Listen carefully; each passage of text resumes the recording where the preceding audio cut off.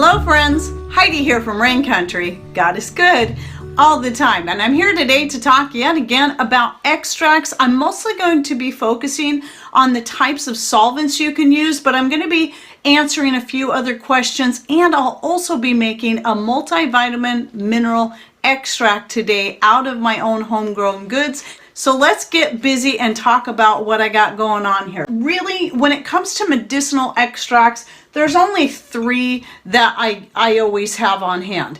And that is the pain, the sleep and muscle relaxer, and the antibiotic. And I have recipes on all these, but my recipes tend to change. So I'll link to the newest ones down below, including my list of natural antibiotics, because I've updated, even though that old video has really been taken off lately, I have updated this recipe since, and I go into more detail about that in that video. Though I still like using straight nasturtium leaves, you can use other herbs in place of nasturtium leaves or along with them. So I will be linking to that video down below, as well as the other two recipes, and also even the pain one I've updated since. So I need to do another new recipe on that, because in this one I use equal parts of catnip, feverfew, and valerian leaves in the pain remedy. And the solvent I use in all these has changed as well. So let's first talk about solvents. And honestly, when it comes to defining a true tincture, I am still confused. I thought I had it figured out, and then I realized I didn't. And no matter what site you go to, you're going to find different information that somewhat conflicts with each other. So the safe bet is just to call everything an extract, because all tinctures are extracts, even if not all extracts are tinctures. But if you call it a tincture, I mean, really, these terms can be interchangeable. The type of solvent. Now, if you don't know what I mean by solvent, that is the liquid you're going to use to extract the nutrients and medicinal properties from the herbs or roots that you're putting into your extract. And the most common one is going to be vodka, because vodka, it's usually fairly easy and cheap to come by. Other than the alcohol flavor, there's no added flavor to it. And so that's very common, and it's very strong. It is often said that your higher proof alcohols are going to extract more of the beneficial properties from the herbs. And I think there's some truth to that, but I also believe that you can get nearly as good and powerful of an extract using other types of solvents that do not even have to be alcohol, especially if you really pack dried herbs into them. That's going to give you more to extract when you're making those types of extracts. But your high proof alcohol doesn't have to even just be vodka. In fact, I like to use spiced rum when I'm making a vanilla extract.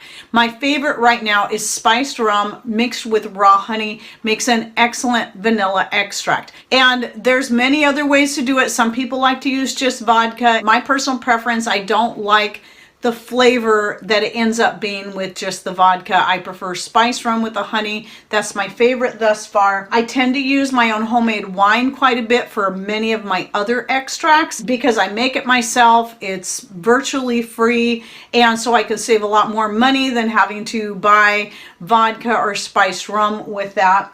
And that includes my flavored extract. I did an old video on making flavored extracts, and one of the things that I used in that was glycerin, and that is an option you can use for any of your extracts as long as it's a good non-GMO food grade glycerin. But I have found myself really pulling away from the glycerin and going more towards raw honey because it's beneficial properties in place of glycerin. Again, it's all going to be dependent on the person and who you're giving it to. For example, if you're making medicinal extracts to give to children, obviously you're not going to want to use raw honey for children at age 1 and younger. Some people will say age 2 and younger. And in that case, your options can be the glycerin or maple syrup. And one of the great things about maple syrup is it has a much lower, if you're talking real maple syrup, not the fake stuff that's made with corn syrup, it has a lot lower viscosity, which means you could use straight maple syrup without having to mix it with water or wine or anything else to lower the viscosity to help it to extract better. So maple syrup would be a good option. It might be safer for children and or anyone else that that may not want honey or glycerin. Any of your solvent, people ask, does it have to be homemade wine? No, it can be store-bought wine. Does it have to be store-bought wine? No, it can be homemade wine. Does it have to be vodka? No, it can be something else. Does it have to be alcohol? No, it does not have to be alcohol. It can be whatever suits you. That's the great thing about making your own extracts, whether they be medicinal for flavoring or just for adding some nutritional boost to your daily diet, is you can use whatever is going to suit you best. Now let's come back to the alcohol extracts. One reason too that people like using alcohol in their extracts, especially the higher proof alcohol, is that it's going to give you an indefinite shelf life. But even using homemade wine can give you an indefinite shelf life. Now another one I haven't mentioned yet, which I have right here, is homemade vinegar or store-bought vinegar, apple cider. I'd look for the most natural one if you're not making your own vinegar yet, which by the way is super easy to make it out of whatever you want to make it out. So you can use vinegar to make extracts. That can be safe. I used to do it quite a bit. In fact, if you watch some of my older videos, especially the old one I did on pain, I use vinegar, but then I got to where I just couldn't stand it anymore. So I stopped using vinegar, but it is a good option. And though I believe that if it's a true vinegar and you keep it well sealed in either bottles like this or in jars that have a good seal on them, such as a lid like this with a silicone in it. Sometimes using your canning lids on this, if you're keeping them in storage, I stopped doing that with a lot of my extracts because sometimes they'll kind of seep out. They'll cause the band to rust onto the jar and can make a big mess. So I have found using these kind of lids, the plastic lids, especially these ball ones, these leak-proof ones, because they're not really leak proof, with a silicone ring on the inside, that will definitely make it leak proof, and then you won't have the issue with it causing it to rust to your jar. So anyway, what I was saying, as long as it's in a well sealed jar too, where oxygen can't get into it, because as long as vinegar keeps getting exposed to oxygen, I mean, you need oxygen to make vinegar, and that's where you get a nice acidity, but continued exposure to oxygen will eventually cause the vinegar to clean up after itself, and what you're going to end up with is moldy water if it sits for too long. I've had that happen with some of mine that didn't have a good seal on the jars, but the ones that I kept a good seal on the jar, they're great. They've lasted me for well over a year, some 2 years and more. And I do still try to work through them in order. So what that would tell me is an extract made out of straight vinegar or straight wine should have the same amount of shelf life as a high proof alcohol.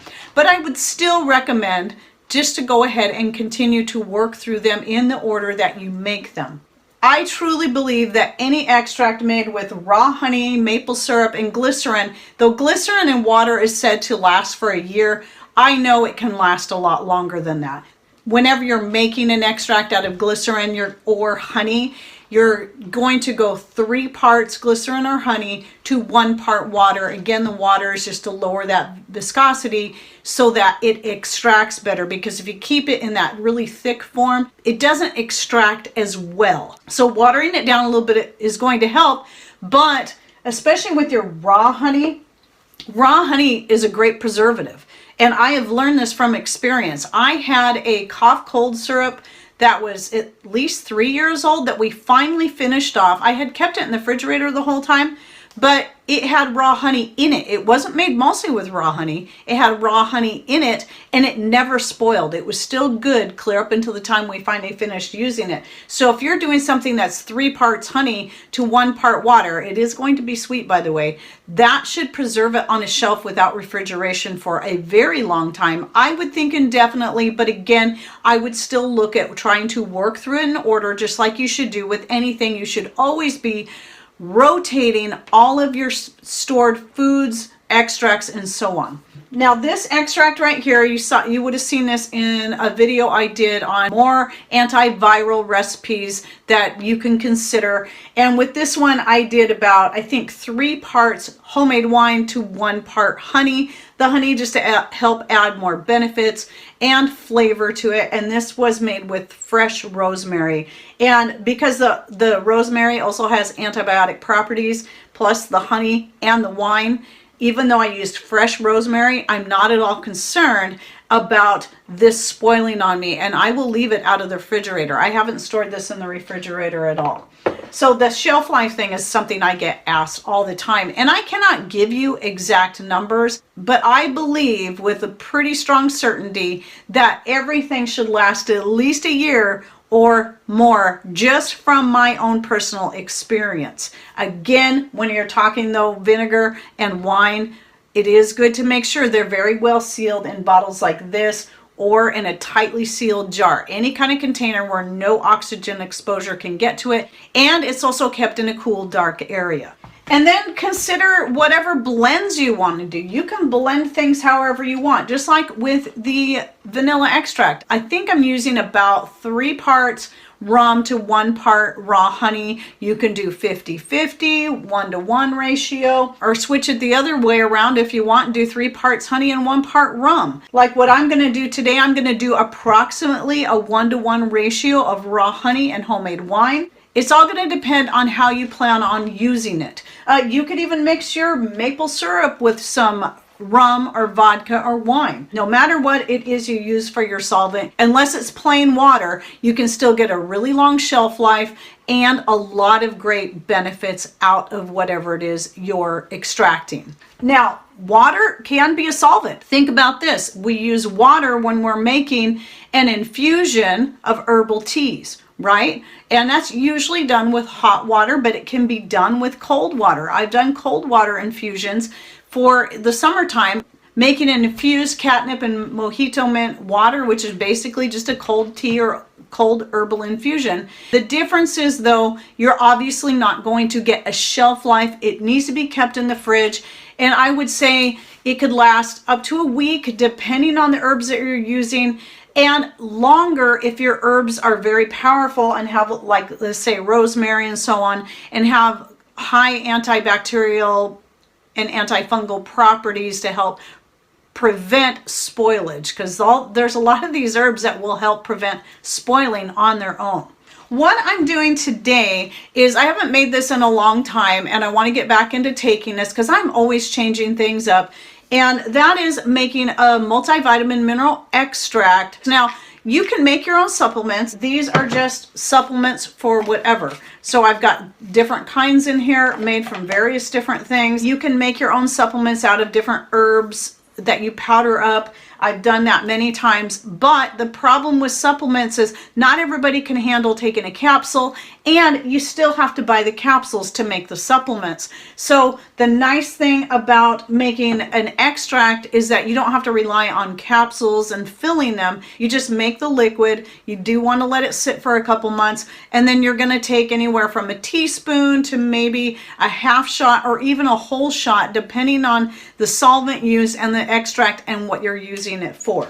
So this is one way to get away from store-bought supplements, is doing this, is making your own multivitamin mineral extract. So what I have in here is, this is my mixed greens blend, and this has all kinds of different greens from my own garden. This is going to have kale, lots of dandelion leaves and nettle, and grape leaves, strawberry leaves, carrot tops, lamb's quarters. It's just whatever I've got coming in heavy at the time and that year that I'm making it. What I'll do is go ahead and link down below in the description box. Don't forget to click on either show more right down here, or if you're on a smart device, that little gray triangle, arrow, V shape, whatever's right there on your smart device, that'll open up the description box to see all the links I'll be putting down there.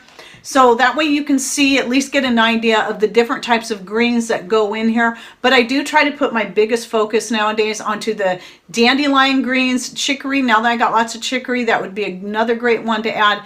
And the nettle, because they're so dense in nutrients and in beneficial health properties that I personally need for myself. So what I'm going to do is just to show you my amount. And again, the amounts you put in there, you can follow some really strict recipes. Different people have them, and that's going to be entirely up to you what you think is best. Everybody's going to have their own recipes, just like I do, but I'm always changing things. I honestly do not believe you have to stick to one set recipe. I like being creative and making up my own, and so this is just to give you an idea. So for this, what I'm going to do is I'm going to fill this jar up half full with my loose herbs. And if you want to make sure you're getting a good strong extract, you can fill that all the way up with loose herbs, but I don't recommend packing them in tight if you're going to do that. You want to have some space for the liquid, especially when you're talking about something that's going to be extracting for about 2 months. I always say 2 months as a minimum. You could go less time, but the longer you let it extract, the more you're going to get out of it. But there is going to come a point, and that's usually around the 2-month mark, where it will have pulled out everything that's in there, and you're not going to get anything more. And you can just leave it until you're ready to strain it.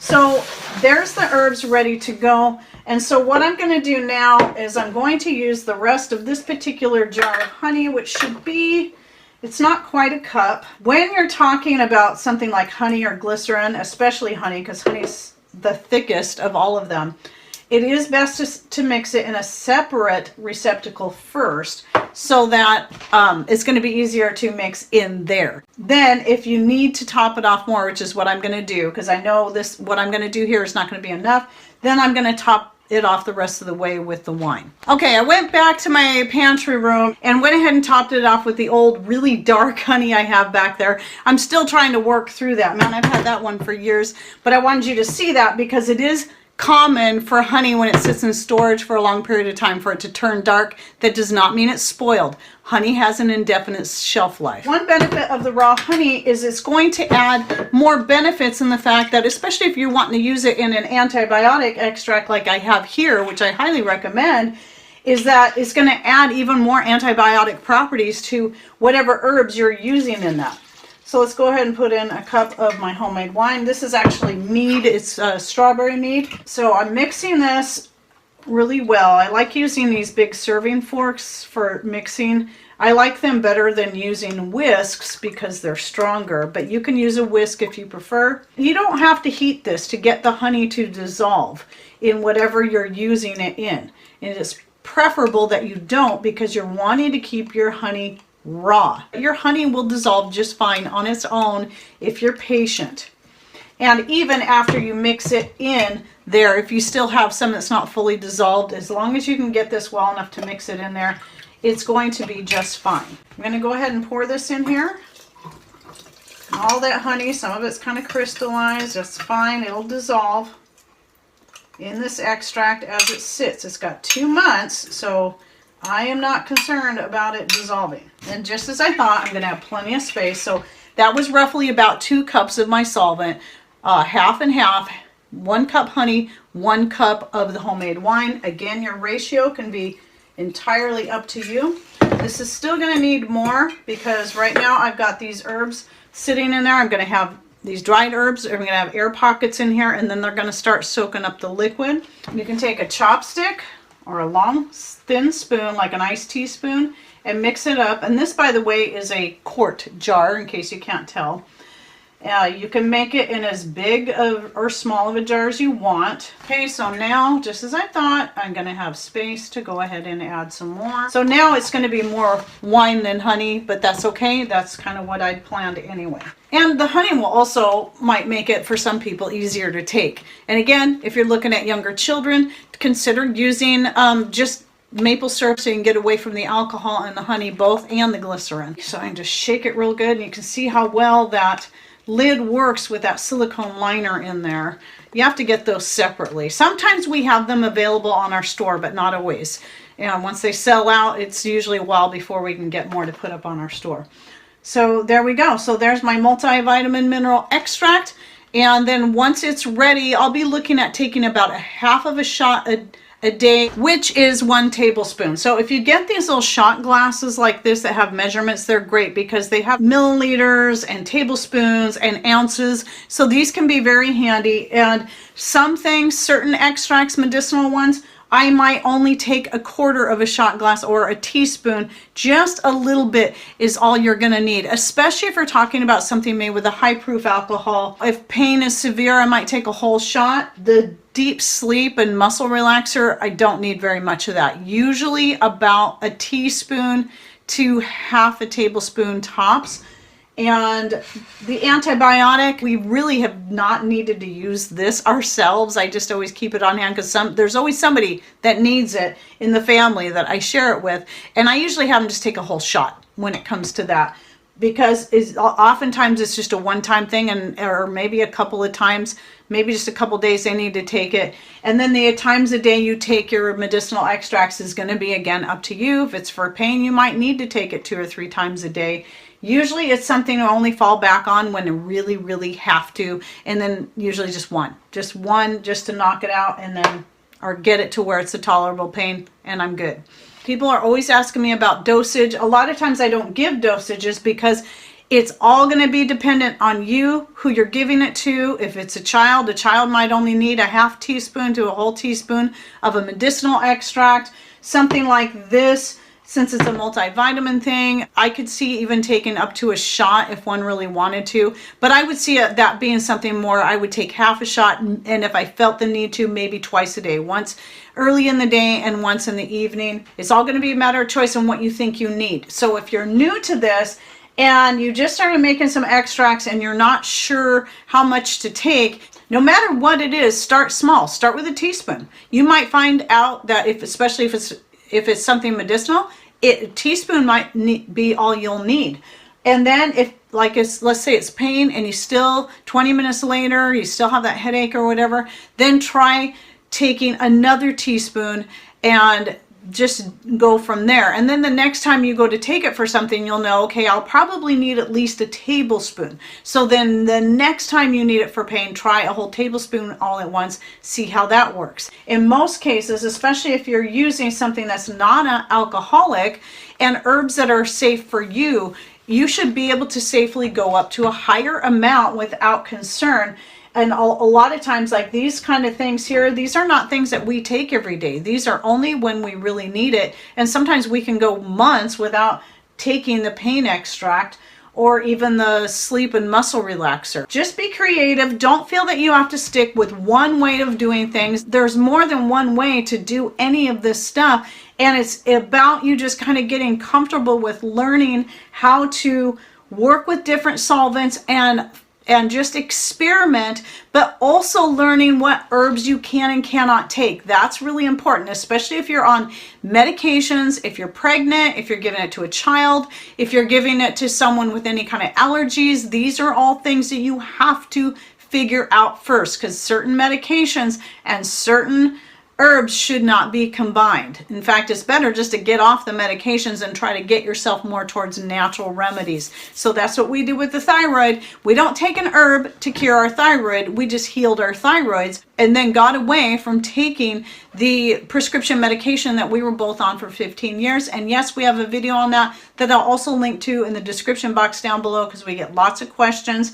But we're not doctors. This is just us finding our own way as we go, which is what I always try to encourage everyone to do, and to always do your own research. And remember, another video I'm going to link to is how to do your own research, and I'll put that down below. It's a long video because I'm trying to share some different ideas and how in a couple of different times in my life, how I was able to actually diagnose correctly a couple of conditions, and one that was actually very rare, and I was still able to do it on my own to diagnose it. I still went to the doctor though to make sure. and that's good. I mean, a lot of us kind of come to where we don't trust doctors a whole lot, but they're not totally untrustworthy. They can have tests that you can do to help you find out where you are, and then from there you can find your own way. You do not have to take their prescription medications in most cases. This is part of also being a little more self-reliant. We got to look at the fact that it's possible down the road some of these prescription medications may not be there for us. So learning how to get away from them and be more healthy in the first place, and relying on the God-given things that we have in nature or that we can do for ourselves, or even just changing our diet so we're just healthier and our bodies can heal themselves. Oftentimes that's all we need, rather than going on a synthetic medication that more often than not is going to make you far more ill than you were before, making you need more medications. All right, well, I hope this helps. I hope I answered all the questions in this and just gave you a few more ideas of what you can do. Thanks for watching. Take care and God bless.